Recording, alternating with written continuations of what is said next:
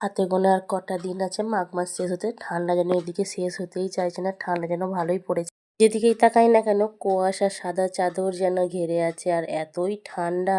এই হালকা হালকা ঠান্ডা গরমের মধ্যে বেশি শরীর খারাপ হয়, বাচ্চাদের তো একটু বেশিই শরীর খারাপ হয়।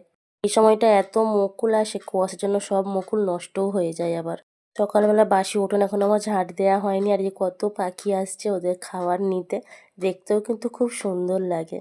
ফোনটায় চার্জ ছিল না, সারাদিন দোকানেই কেটে গেছে। তোমার সঙ্গে সেরকম ভিডিও কোনো শেয়ার করিনি, রান্না করছিলাম, এত খিদে পাচ্ছিল। আর আজকে মনের মতো মাছ পেয়েছি। দেখছো গরম গরম মাছ খেতেই স্টার্ট করেছি। তোমরা হয়তো অনেকেই বলতে পারো দিদিভাই রান্না করতে করতেই খেয়ে নিচ্ছ। ঠিক সেরকম না, মনের মতো মাছ থাকলে না ভাজতে ভাজতে একটা খেয়ে নিলেও তাতে কোনো দোষ হয় না, আমার যেটা মনে হয়। অনেকেই আছে দোষ গুণ বেশি ধরে, ভালো কমেন্ট খুব কম করে। তবে তাদের জন্যই বললাম যে সারাদিন খাটাখাটনির পর একটা যদি নিজের মনের মতো কোনো খাবার খাওয়া যায় তাতে কোনো দোষ হয় না। আমার সুন্দরীরা কাছে স্কুলে, আমি এখন সেই ফাঁক টাইমে রান্না সেরে নিচ্ছি। আর খুবই সিম্পল রান্না। এই দেখছো শিক পালংয়ের চচ্চড়ি করব।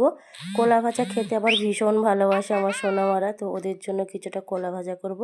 সকাল থেকে বলে গেছে মা এত ফুল কুড়িয়েছি যেন গরম গরম সজনে ফুলের বড়া করে দিই। কথাটা ভাবতেও খুবই খারাপ লাগে।